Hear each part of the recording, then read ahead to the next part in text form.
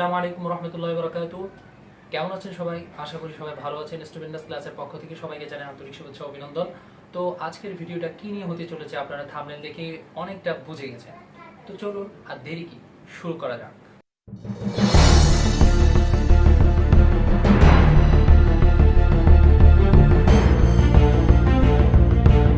দেখেছি এই এই অনুশীলন 9 এটা আমাদেরকে করার জন্য 8.2 এর কিছু মৌলিক ধারণা আমাদের থাকতে হবে। সেগুলো নিয়ে ভিডিও আমি অলরেডি আপলোড করে দিয়েছি, আপনি চাইলে সেটা দেখে আসতে পারেন। আর ওটার ভিডিও লিঙ্ক আমার ভিডিও ডেসক্রিপশনে থাকবে। তো আমরা দেরি না করে আমাদের অনুশীলনী 9 এর শুরু করি। আশা করি আপনারা দেখে এসেছেন। তো আমরা প্রথমে প্রশ্নটা একবার বোঝার চেষ্টা করি। প্রশ্নটা হচ্ছে, প্রমাণ করো যে দুইটি বিন্দুর সংযোজক রেখাংশ তার একই পাশে অপর দুই বিন্দুতে সমান কোণ উৎপন্ন করে। বিন্দু চারটি সমবৃত্ত হবে। আমরা জানি যে বিন্দু চারটি সমবৃত্ত হওয়ার অর্থ হলো বিন্দু চারটি একটা বৃত্তের উপর অবস্থান করবে। তাহলে দেখুন, আমি আমাদের প্রশ্নে যেই তথ্য আছে সেই তথ্য অনুসারে একটা চিত্র অঙ্কন করলাম। প্রথমে একটা বৃত্ত অঙ্কন করলাম, যেহেতু এটা বৃত্ত রিলেটেড, একটা বৃত্ত অঙ্কন করলাম। তারপর বৃত্তস্থ দুইটা বিন্দু অঙ্কন করলাম। আর আমরা জানি যে কোনো দুইটা বিন্দু একটা বৃত্তকে দুইটি অংশে বিভক্ত করে ফেলে দুটি চাপে। তাহলে এখানে একটা চাপ উৎপন্ন হলো, এখানে একটা চাপ উৎপন্ন হলো। এটাকে আমরা বলি উপচাপ, আর এটাকে বলতে পারি অধিচাপ। আচ্ছা, তো বলতেছে এই দুটি বিন্দুর সংযোজক রেখাংশ। তো আমি এই দুইটা বিন্দু সংযোগ করে ফেললাম। তো এখন বলতেছে অপর দুই বিন্দু, আর একটা বিন্দু আমি নিজে নিজে ধরে নিলাম, আপনারা যেটা মন চায় ধরতে পারেন। একটা বিন্দু একটা বিন্দু ধরলাম। তো এখন এই দুইটা বিন্দু আমি যোগ করে দিই, তাহলে এখানে একটা কোণ উৎপন্ন হবে। এই দুইটা বিন্দু যখন আমি যোগ করে দিলাম তখন একটা কোণ উৎপন্ন হলো, অর্থাৎ এ বি রেখাংশ তার একই পাশে। এটা হচ্ছে এ বি রেখাংশ, এর এ একটা পাশ, এ একটা পাশ। তো আমরা এই পাশে দুইটা বিন্দু নিলাম। যে কোনো এক পাশে আপনি দুইটা বিন্দু নিতে পারেন, এই পাশেও নিতে পারেন, এই পাশেও নিতে পারেন। এখন এই পাশটা যেহেতু বড়, আমরা একটু আমাদের সুবিধার্থে এই পাশে নিলাম। তো এখানে একটা কোণ উৎপন্ন করলো। এখন আমরা এই বিন্দু আর বি বিন্দু যদি এই বিন্দুতে মিলিত করি, আরেকটা কোণ উৎপন্ন হবে। এই যে উৎপন্ন হলো। এখন আমাদেরকে প্রমাণ করতে হবে যে বিন্দু চারটি সমবৃত্ত, মানে একটা বৃত্তের পরিধির মধ্যে অবস্থান করবে। আমি অলরেডি এমনভাবে চিত্র অঙ্কন করলাম বৃত্ত চারটি বৃত্তের পরিধির উপর অবস্থিত। তো আমরা যেহেতু প্রমাণ করতে হবে, তাহলে আমরা এমনভাবে এমনভাবে করব যে আমরা ধরে নিই যে এই বিন্দুটা অ্যাকচুয়ালি আমাদের কিসে নাই। এই বিন্দুটা ধর আমরা যদি এটাকে নাম দিই, যেমন এই বিন্দুকে দিলাম এ নাম, এটাকে দিলাম বি, এটাকে দিলাম সি, এখন এটাকে দিলাম, ধরুন এটা হচ্ছে কি ই বিন্দু, এটা অ্যাকচুয়ালি ডি বিন্দু না, ডি বিন্দুটা হচ্ছে এখানে। তো এটা আমরা যোগ করি। আচ্ছা, এটা হচ্ছে কি আমরা ধরে নিচ্ছি যে এ বি এর সংযোজক রেখাংশের একই পাশে দুইটা বিন্দুতে যে কোণ উৎপন্ন হয়, ওই দুইটা কোণ যদি সমান হয়, বিন্দু চারটিতে সমবৃত্ত হবে, অর্থাৎ ডি সি এ এই চারটা বিন্দু যে একই বৃত্তের উপর অবস্থান করবে, ওটা আমাদেরকে প্রমাণ করতে হবে। তো আমরা প্রথমে এটা ধরে নিব যে চারটা বিন্দু সমবৃত্ত নয়। এটা প্রথমে ধরে নিলাম, মানে ডি বিন্দুটাও বাইরে। আমরা ধরে নিই যে ই বিন্দুটা হচ্ছে অ্যাকচুয়ালি এই বিন্দুটা এই এডি রেখাংশের বর্ধিতাংশকে ছেদ করে। একটা যদি এ বি সি ডি যদি একটা বৃত্ত অঙ্কন করি আমরা, ওটা ডি বিন্দু দিয়ে যাবে না, ওটা ই বিন্দুগামী যাবে। তাহলে এটা আমরা প্রমাণ করতে যাচ্ছি। আচ্ছা, তো অ্যাকচুয়ালি আমরা এখন এখানে যেটা প্রমাণ করব, আমাদেরকে যদি আমরা চাই যে ডি বিন্দুটা এখানে পরিধিতে অবস্থান করবে, সেটা প্রমাণ করার জন্য এটা প্রমাণ করতে হবে আমাদেরকে যে ডি বিন্দু আর ই বিন্দু কোনো ভিন্ন বিন্দু না, উভয় বিন্দু হচ্ছে একই বিন্দু। তাহলে এটা যদি প্রমাণ করতে পারি, তাহলে আমরা বলতে পারবো যে ই বিন্দুটা অ্যাকচুয়ালি ডি বিন্দু।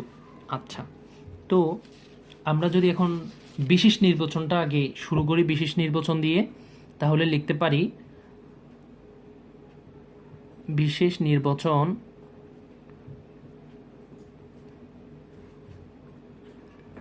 মনে করি ও কেন্দ্র বিশিষ্ট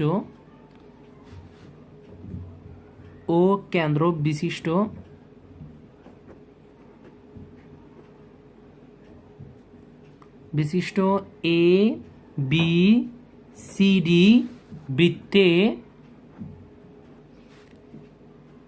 সিডি এ বি বা এগুলো কিছু লেখার দরকার নেই। বৃত্তে এ ও বি দুটি ভিন্ন বিন্দু, এ ও বি দুটি ভিন্ন বিন্দু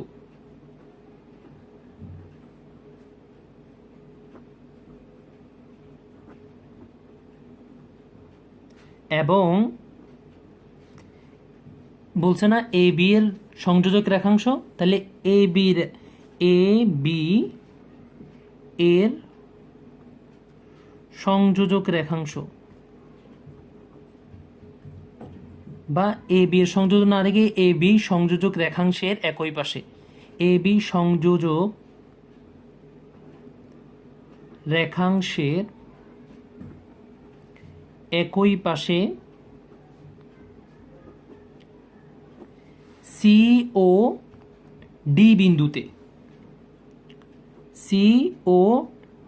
বিন্দুতে উৎপন্ন কোণ।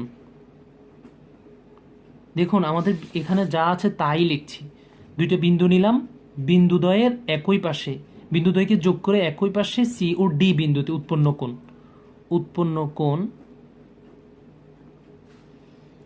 কোণ কি কি?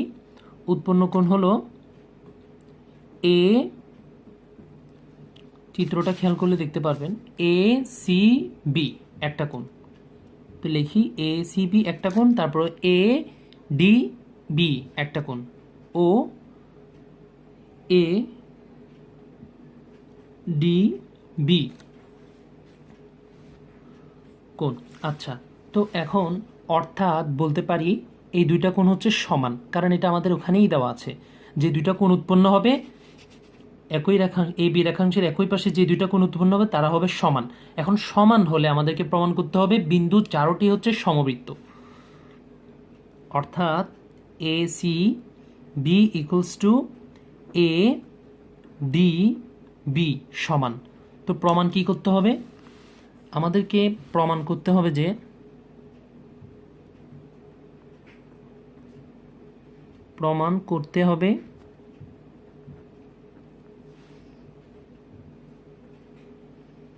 এ কমা বি কমা সি ও ডি বিন্দু চারটি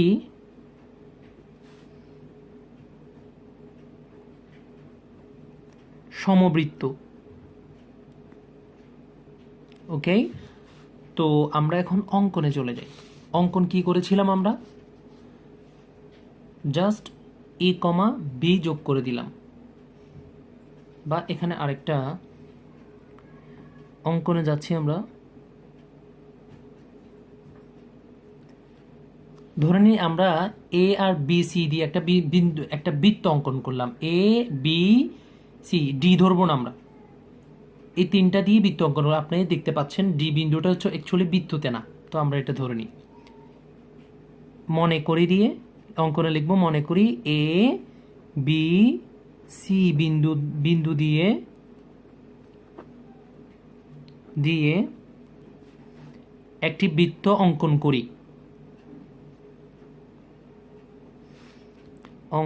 করি বা আঁকি।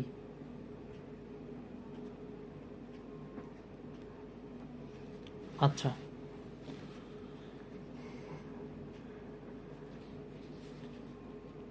তো এখন এই বৃত্তটা ডি বিন্দু এ ডি বাহু, এটা হচ্ছে এ ডি বাহু, এর বর্ধিতাংশ ধরতে পারি আমরা, ডিই কে ধরতে পারি যে আমরা বর্ধিতাংশ।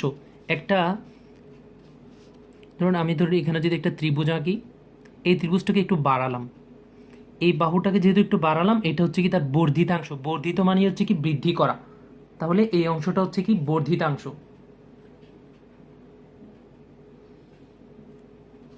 তো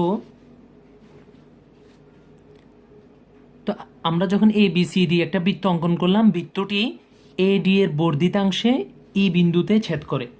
এডি এর বর্ধিতাংশকে যদি আমরা এতটুকু ধরি, এই বর্ধিতাংশটাকে ই বিন্দুতে ছেদ করে। বৃত্তটি এডি এর বর্ধিতাংশকে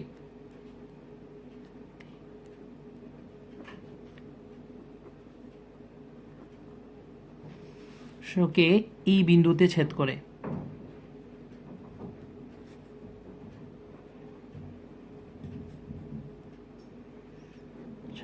আচ্ছা, তো এখন আমরা জাস্ট এ কমা বি যোগ করে দিলাম, বা বি কমা ই যোগ করি, শেষ আমাদের অঙ্কনের কাজ। এটা একটু জটিল, তারপর একটু খেয়াল করলে হয়ে যাবে। আচ্ছা, তো প্রথমে প্রমাণটা একদম ইজি, এটার প্রমাণটা এত ইজি ভাবতেও পারবেন না। প্রমাণটা হচ্ছে, আমরা যদি চাপটা পড়ে আসি ভালো করে, একদম ইজি। দেখুন, এ বি যদি একটা চাপ হয়, এ বি একটা চাপ, আর আমরা পড়ে এসেছি একই চাপের উপর দণ্ডায়মান যত বৃত্তস্থ কোণ হতে পারে সবগুলো সমান। তার মানে আমাদের এখানে এ বি চাপের উপর এটা একটা কোণ, যেটা বৃত্তস্থ কোণ বলতে পারি। আবার এ ই বি এটাও একটা বৃত্তস্থ কোণ, এ ই বি বৃত্তস্থ কোণ, এ সি বি বৃত্তস্থ কোণ। তাহলে আমরা লিখতে পারি এখানে ধাপ 1-এ একই চাপ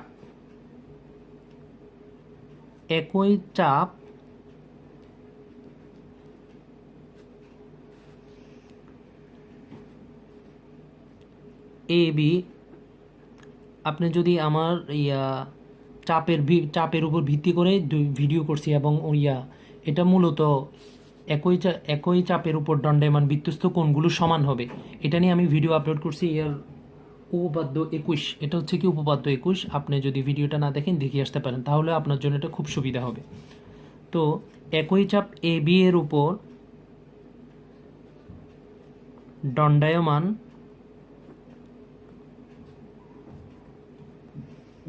কেন্দ্রস্থ কোণ, প্রথম বৃত্তস্থ কোণ কি কি? একটি হলো এ সি বি একটা, ও এ ই বি আরেকটা। এই যে এ সি বি আর এ ই বি, এই দুইটা হচ্ছে কি বৃত্তস্থ কোণ। তাহলে আমরা আমাদের উপপাদ্য অনুসারে বলে দিতে পারি এই দুটোটা কোণ হচ্ছে অ্যাকচুয়ালি সমান।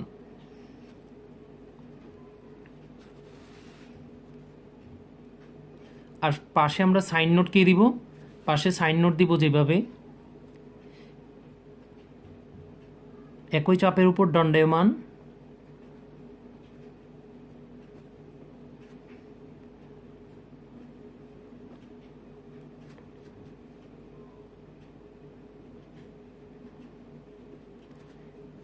বৃত্তস্থ কোণগুলো সমান।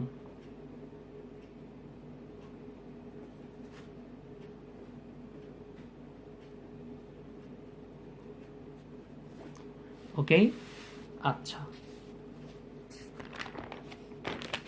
তো আমরা এখানে যদি আরেকটা জিনিস লক্ষ্য করি, আমাদের ওখানে একটু আগে আমরা কি লিখেছিলাম, যে অ্যাকচুয়ালি এ সি বি আর এ ডি বি হচ্ছে সমান। কেন সমান? এটা আমাদের উদ্দীপকেই দেওয়া আছে। একই দুইটা বিন্দু নিলাম, বিন্দুদ্বয় একই পাশে উৎপন্ন কোণদ্বয় হচ্ছে সমান, এ সি বি আর এ ডি বি সমান হবে। তো সেই হিসেবে আমরা এই দুইটা কোণকে সমান লিখতে পারি। আর সাইন নোটে আমরা দিব কি? ধাপ 2-তে সাইন নোটে আমরা দিতে পারবো যেগুলো দেওয়া আছে আমাদের উদ্দীপকে। তো আমরা লিখি কোণ এ সি বি, চিত্রের দিকে লক্ষ্য করুন, A C B equals to হচ্ছে কি কোণ এ ডি বি সমান, পাশে হচ্ছে কি দেওয়া আছে, কোথায়? উদ্দীপকে আমাদের দেওয়াই আছে অলরেডি, কোণ দুটি সমান হবে। তো সেই হিসাবে আমরা কি বলতে পারি ধাপ 3-তে, বা এটা না লিখি সুতরাং এখানেই দিয়ে ফেলতে পারি, এ সি বির একটা মান জানি না আমরা, ধাপ 1-এ পেয়েছি এ সি বি সমান, আমরা লিখছি এ ই বি। কেন? একই বৃত্তের ব্যাসার্ধের উপর বৃত্তস্থ কোণগুলো সমান। তো আমরা এই জায়গায় কি লিখতে পারি? এ ই বি লিখে দিতে পারি। এটা হচ্ছে ধাপ 1 থেকে, এ ডি বি। তাহলে এ বি ই সমান এ ডি বি। আচ্ছা, তাহলে আমরা চিত্রের মাধ্যমে যদি দেখতে পারি এই কোণ আর এই কোণ হচ্ছে সমান, এটা আমরা এখন বের করলাম। তো আমাদের এই যুক্তিটা কিন্তু খাটবে না। কেন খাটবে না? আমরা জানি এটা হচ্ছে কি একটা উপপাদ্যের বিরুদ্ধে চলে যাচ্ছে আমাদের এই ইয়াটা। আমরা এখন যেটা বের করলাম একটা উপপাদ্যের বিরুদ্ধে চলে যাচ্ছে। কিভাবে? অ্যাকচুয়ালি এই ডি কোণটা হলো কি, আমরা যদি এই দেখুন বিইডি, এটা হচ্ছে একটা ত্রিভুজ। এই ত্রিভুজটার ডিই বাহুকে যদি আমরা একটু করে বর্ধিত করি, যে এখানে বাড়াই, তাহলে এখানে একটা কোণ উৎপন্ন হয়। আমরা জানি একটা ত্রিভুজকে যদি আমরা যে কোনো একটা বাহুকে যদি বর্ধিত করি একটা কোণ উৎপন্ন হয়, এই কোণকে বলে ওই ত্রিভুজের বহিস্থ কোণ। এখন এই কোণটা সমান হচ্ছে কি বিপরীত অন্তস্থ কোণ, এটা হচ্ছে সন্নিহিত কোণ, এটাও অন্তস্থ কিন্তু সন্নিহিত কোণ, আর এই দুইটা হচ্ছে বিপরীত অন্তস্থ কোণ। এই বিপরীত অন্তস্থ কোণটাই সমষ্টির সমান হয়। তার মানে হলো এই দুইটা কোণের সমান হবে যে ডি কোণ, কিন্তু এখানে আমরা কি পেলাম? শুধুমাত্র ই কোণের সমান। অ্যাকচুয়ালি এটা সম্ভব না, তো এটা আমরা লিখে দিব, কিন্তু তা অসম্ভব। আমরা এখন যা বের করলাম তা কখনো সম্ভব হতে পারে না, অসম্ভব। আচ্ছা, কারণ কি? কারণটাও আমরা এখানে দিয়ে দিব। কারণ হলো আমাদের বিইডি বহিস্থ কোণ, ত্রিভুজ বিইডি এর, অনেকে এটা চিন্তায় পড়ে যায়, এটা কি বিইডি বলে ত্রিভুজ সংজ্ঞায়িত করবো না ডিই বলবো না কি বলবো? আপনার যেটা ইচ্ছে সেটা বলেন। বিইডি বলতে পারেন, ডিইবি বলতে পারেন, তারপর ডিবিই, যার যেটা ইচ্ছা বলতে পারবেন। তবে একটা জিনিস মনে রাখতে হবে, বিইডি যদি আমি একটা কোনো উপপাদ্যে বিইডি বলি, তাহলে আমাদেরকে উপপাদ্য শুরু থেকে শেষ পর্যন্ত বিইডি ত্রিভুজ বলে সংজ্ঞায়িত করতে হবে। একবার কিছুক্ষণ আগে বলবো বিইডি, আবার অন্য জায়গায় লিখবো ডিবিই, তাহলে এটা বেড়াই যাবে। যেটা লিখবো, ধরুন আমি যদি এসিবি বলি, তাহলে এভাবে প্রত্যেক জায়গায় এসিবি লিখবো। আমি কিন্তু এক জায়গায় লিখবো এসিবি, আবার লিখবো বিসিই, একটাই লিখবো। আচ্ছা, তো বিইডি এর বহিস্থ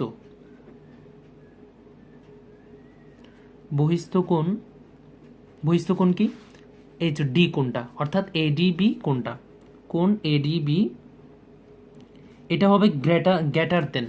কারণ হলো এটা সবসময় গ্রেটার দেন হবে অন্তস্থ কোণগুলোর চেয়ে, কারণ দুইটার সমষ্টি মিলে এটা সমান হয়। তাহলে একটার চেয়ে এটা কি হবে? বড় হবে। তো এটা আমরা লিখতে পারি অন্তস্থ বা বিপরীত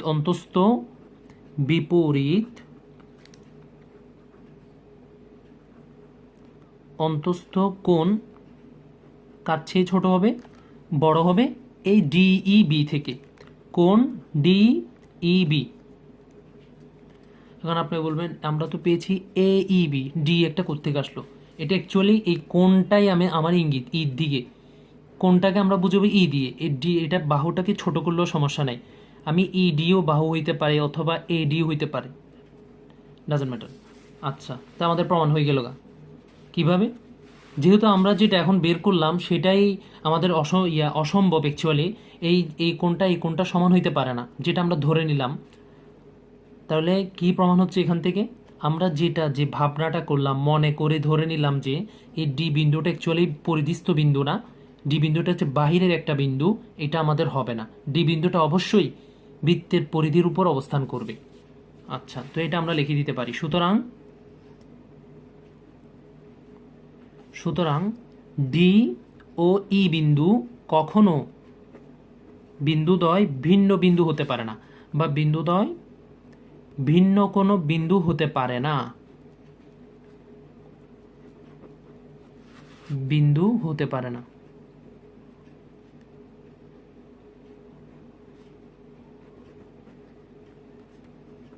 তার মানে এ বি সি ডি চারোটাই হচ্ছে সমবৃত্ত, তার মানে একটা বৃত্তের উপর অবস্থান করে।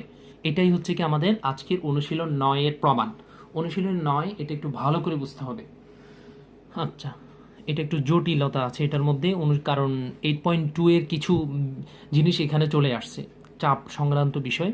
তো আপনারা আমার এই ভিডিওটা দেখার আগে রিকোয়েস্ট করব যে 8.2 নিয়ে আমি যে বৃত্তের মৌলিক ধারণা বিষয়ে একটা ওখানেই চাপ নিয়ে, মানে চাপ সংক্রান্ত একটা ভিডিও আপলোড করেছি, সেটা দেখার জন্য, এবং উপপাদ্য যে দুইটা উপপাদ্য নিয়ে করেছি, উপপাদ্য 20 আর 21 দোনোটা দেখবেন, তাহলে এটা ভালো করে বুঝতে পারবেন। তো ওকে, আজ এটুকু। আল্লাহ হাফেজ, সবাই ভালো থাকবেন। আসসালামু আলাইকুম রহমতুল্লাহি ওয়া বারাকাতুহু।